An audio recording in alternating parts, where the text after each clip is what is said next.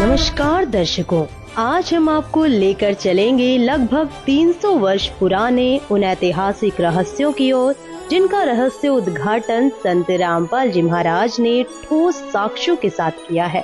ये सिर्फ बीते समय की घटनाएं नहीं, बल्कि पूर्ण परमात्मा और उनके अवतार से जुड़ी वो सच्चाई है जिसे जानकर आप स्वयं निर्णय लेंगे कि वास्तव में पूर्ण परमात्मा कौन है।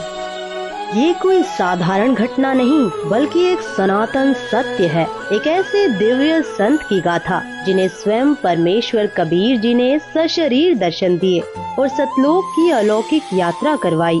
यह सत्य कथा है उस महान संत की जिन्होंने अपने अद्वितीय ज्ञान से हरियाणा की पावन धरती को धन्य कर दिया। संत गरीबदास जी महाराज। एक रहस्य से भरी अद्भुत गाथा जो हर किसी को हैरान कर देगी। हरियाणा की पावन धरा पर जन्मे एक ऐसे महान संत जिनकी कथा समय के गर्भ में छिपी एक अमर विरासत है। यह कहानी है संत गरीबदास जी महाराज की, जिनका जन्म वैशाख पूर्णिमा विक्रमी संवत 1774 को अर्थात सन 1717 में झज्जर जिले के गांव छुड़ानी में हुआ। एक समृद्ध धनखड़ परिवार, पिता श्री बलराम जी और माता रानी देवी। परंतु भाग्य ने ऐसी लीला रची कि संत गरीबदास जी के जन्म से पहले ही उनके जीवन की पटकथा कुछ अलग लिखी जा चुकी थी। उनके नाना जी श्री शिवलाल सिहाग, जिनका कोई पुत्र नहीं था, ने अपने दामाद श्री बलराम जी को घर जमाई बना लिया और इसी गांव में 12 वर्षों के पश्चात इस महान आत्मा ने जन्म लिया। छुड़ानी की इस पावन भूमि पर जन्मे गरीबदास जी 1400 एकड़ की विशाल संपत्ति के इकलौते वारिस थे। उनके पिताजी लगभग 150 गौएं रखते थे। उनको चराने के लिए अपने पुत्र गरीबदास जी के साथ अन्य कई ग्वाले रख रखे थे। बात उस समय की है जब बालक गरीबदास जी की आयु मात्र 10 वर्ष थी। वे प्रतिदिन अन्य ग्वालों के साथ गायें चराने जाया करते थे। एक दिन कबलाना गांव की सीमा से सटे नला नामक खेत में सुबह के 10 बजे जांडी के पेड़ के नीचे सभी ग्वाले भोजन कर रहे थे। ओए बूरे, तेरा प्याज तो बढ़िया चमके से, जरा एक टुकड़ा मेरे ताई में घुमा दे। ले भाई, आज तो 4 प्याज लेकर आ रहा हूँ, खूब स्वाद लेकर खा। अरे छाछ भी ले ले, ना पीवगा तो पेट भूखा रह जाएगा। अरे गरीबू, तू भी खा ले रे, ले ले, यह भी खा ले। तभी अचानक एक दिव्य प्रकाश प्रकट होता है। सत्य पुरुष कबीर साहिब जी जिंदा महात्मा के रूप में सतलोक से अवतरित होते हैं और कबलाना से छुड़ानी की ओर बढ़ते हैं। जब वे ग्वालों के पास पहुंचते हैं तो ग्वाले आश्चर्यचकित होकर उन्हें देखते हैं। बाबा जी आदेश। राम राम बाबा जी। राम राम भाई। राम राम। बाबा जी खाना खा लो। खाना तो मैं अपने गांव से खाकर आया हूँ। बाबा जी, आपका गांव कौन सा है? मेरा डेरा सतलोक में है, जो यहाँ से 16 शंख कोस दूर है। महाराज जी, रोटी ना खाओगे पर दूध ते पीना ही पड़ेगा। आम बिना खाए पिए अतिथि न जान नहीं दिया करते महाराज जी। चलो दूध पिला दो, पर सुनो, मैं सिर्फ कुंवारी गाय का दूध पीता हूँ। जो बड़ी आयु के ग्वाले थे उन्होंने कहा, बाबा जी, आप तो मजाक कर रहे हो। असल में आप जी के दूध पीने की नीयत कौन लागती है? हमारी गाय भी कदे दूध दिया करे। मैं कुंवारी गाय का दूध ही पीऊंगा। बालक गरीबदास जी ने एक नन्ही बछिया मात्र 1.5 वर्ष की धीरे धीरे बढ़ते कदमों से जिंदा बाबा के समक्ष लाकर खड़ी कर दी। देखो महाराज जी, इसके बच्चा तो है ही नहीं, दूध कैसे देगी? कोई एक पात्र लाओ जिसमें दूध निकालेंगे, ये दूध देगी भाई। वहाँ एक मिट्टी का पात्र रखा था, वही जिसे ग्वाले जल और लस्सी पीने के लिए साथ लाते थे। उसे अच्छे से साफ करके एक और रख दिया गया था। महाराज जी, ये रखा हुआ पात्र इसे एक बार और अच्छी तरह से साफ कर दो। इस पात्र को बछिया के नीचे रखो। 10 वर्षीय बालक गरीबदास जी बछिया के नीचे बैठ गए और मुस्कुराते हुए बोले, देखें बाबा जी किस तरह दूध निकालते हैं। परमात्मा ने बछिया की कमर पर अपना आशीर्वाद भरा हाथ रखा और अगले ही क्षण एक चमत्कार हुआ। बछिया के स्तन लंबे लंबे हो गए और बिना किसी स्पर्श के दूध की धारा स्वतः बहने लगी। दूध की धाराएं अविरल बहती रही जब तक ये मिट्टी का पात्र लबालब भर नहीं गया, और जैसे ही पात्र लबालब हुआ दूध का प्रवाह एकदम थम गया। बाबा जी बड़ी शक्ति वाले हैं। लो महाराज जी पी लो, ये तो आप ही का करिश्मा है। सबसे पहले जिंदा बाबा ने उस दूध का पान किया और फिर उन्होंने शेष दूध अन्य ग्वालों को पीने के लिए कहा। लो बच्चों पी लो, ये दूध यहाँ का नहीं है, मेरे डेरे सतलोक से आया है। अमृत है ये, पी लो इसे।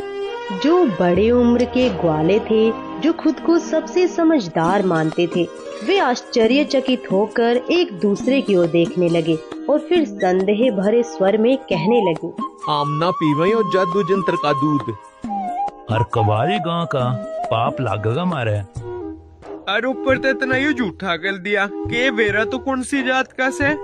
यह कहकर जिस जांडी के वृक्ष के नीचे बैठे थे वहाँ से चले गए।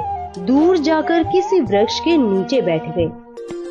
हे बाबा जी, आपका झूठा दूध तो अमृत है, मुझे दीजिए। कुछ दूध बालक गरीबदास जी ने पिया। फिर परमेश्वर जिंदावेशधारी ने उन्हें ज्ञानोपदेश दिया और तत्व ज्ञान समझाया। जहाँ मेरा डेरा है वहाँ दूध की नदियाँ बहती हैं, घी के विशाल सरोवर हैं, वहाँ काजू किशमिश सेब संतरे के सदाबहार वृक्ष लहलहा रहे हैं, वहाँ कोई कमी नहीं, कोई अभाव नहीं। भगवान, क्या मैं उस लोक को देख सकता हूँ?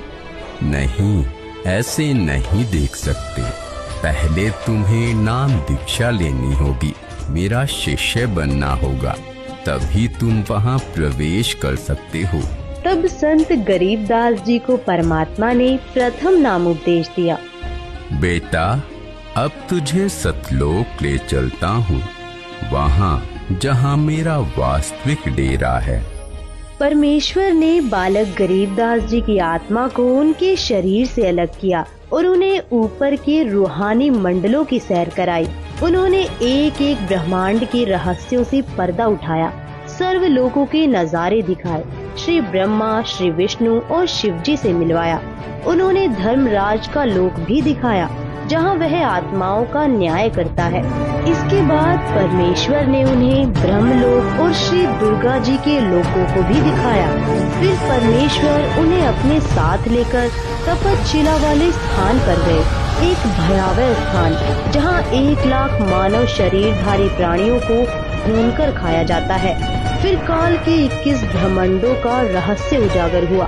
परमेश्वर ने बालक गरीबदास जी को साथ लेकर 10वें द्वार ब्रह्मरंध्र को पार किया और ब्रह्मांड के अंतिम छोर पर स्थित 11वें द्वार तक ले गए, जहाँ से काल के सिर पर पैर रखकर उसे पार किया। इसके फिर संत गरीबदास जी अक्षर पुरुष के 7 संख ब्रह्मांडों वाले लोक में पहुँचे। पहले उसके केवल 2 हाथ थे, लेकिन जैसे ही परमेश्वर के तेज के समीप पहुँचे, वह 10 सहस्त्र हाथों में परिवर्तित हो गया, मानो कोई मयूर अपने पंख फैला रहा हो। परमेश्वर ने संत गरीबदास जी को अक्षर पुरुष के 7 संख ब्रह्मांडों का भेद बताया और फिर उन्हें 12वें द्वार तक ले गए, जहाँ से भंवर गुफा का मार्ग खुलता था। गरीबदास, जो 10वां द्वार ब्रह्मरंध्र है वह मैंने सतनाम के जाप से खोला था। जो 11वां द्वार है वह भी मैंने सतनाम से खोला था। अन्य किसी भी मंत्र से उन द्वारों पर लगे ताले नहीं खुलते। अब यह 12वां द्वार है, यह मैं सारनाम से खोलूंगा। इसके अतिरिक्त किसी नाम के जाप से यह नहीं खुल सकता। तब परमात्मा ने मन ही मन सारनाम का जाप किया और अगले ही क्षण एक अद्भुत चमत्कार हुआ। 12वां द्वार अपने आप खुल गया। परमेश्वर जिंदा स्वरूप में संत गरीबदास जी की आत्मा के साथ भंवर गुफा में प्रविष्ट हुए। क्षण भर में वे सतलोक पहुँचे। वह अनंत प्रकाश का लोक जहाँ सब कुछ अकल्पनीय था। वहाँ एक विशाल श्वेत गुंबद के सामने वे खड़े हो गए। उसके मध्य में स्थित सिंहासन पर तेजोमय श्वेत नर रूप में स्वयं परम अक्षर ब्रह्म विराजमान थे। उनका तेजोमय स्वरूप इतना प्रखर था कि उनके केवल एक रोम से ही करोड़ों सूर्यों और चंद्रमाओं से अधिक प्रकाश प्रकट हो रहा था। सोचो, यदि केवल एक रोम इतना प्रज्वलित था तो उनके संपूर्ण शरीर की आभा कैसी होगी। सतलोक स्वयं हीरे की भांति प्रकाशमान हो रहा था, परंतु यह विहंगम दृश्य केवल दिव्य दृष्टि से ही देखा जा सकता है, चरम दृष्टि से नहीं। फिर जिंदा बाबा बालक गरीबदास जी को लेकर परमात्मा के सिंहासन के समीप पहुँचे। उन्होंने वहाँ रखा चवर उठाया और उस पावन तख्त पर विराजमान परमात्मा पर डुलाने लगे। ये है परमात्मा, क्योंकि बाबा जी तो परमात्मा के सेवक हैं। उसी क्षण तेजोमय स्वरूप वाला प्रभु सिंहासन से उठ खड़ा हुआ और जिंदा बाबा के हाथ से चवर ले लिया। फिर उसने जिंदा बाबा को सिंहासन पर बैठने का संकेत दिया। जिंदा वेशधारी प्रभु असंख्य ब्रह्मांडों के स्वामी के रूप में सिंहासन पर विराजमान हो गए।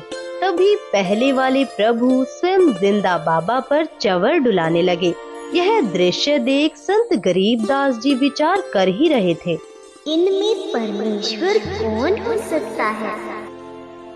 तभी अचानक तेजोमय शरीर वाला प्रभु जिंदा बाबा के स्वरूप में समा गया। दोनों एक हो गए। उसी क्षण जिंदा बाबा के शरीर से वही दिव्य प्रकाश प्रकट हुआ जो पूर्व में सिंहासन पर विराजमान सतपुरुष जी का था।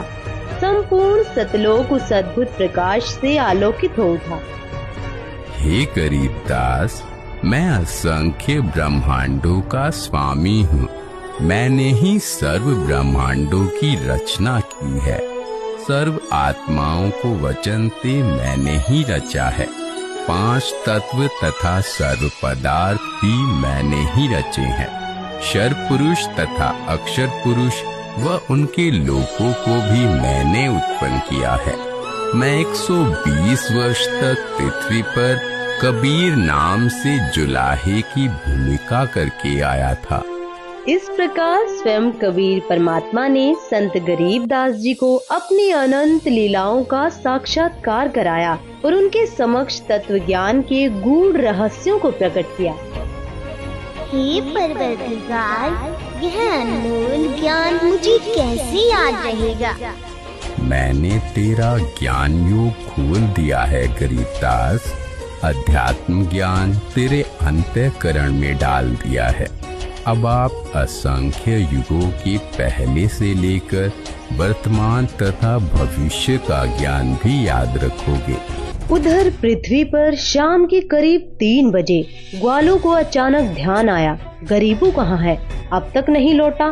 तब एक पाली उन्हें लाने गया।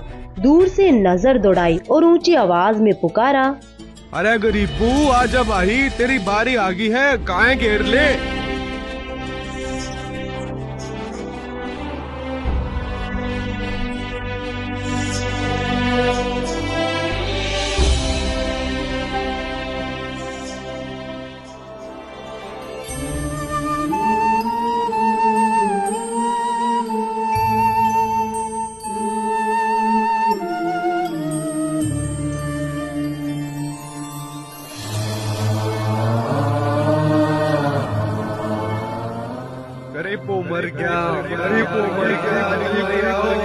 शोर मचते ही अन्य ग्वाले घबराकर दौड़े आए। अफरा तफरी मच गई।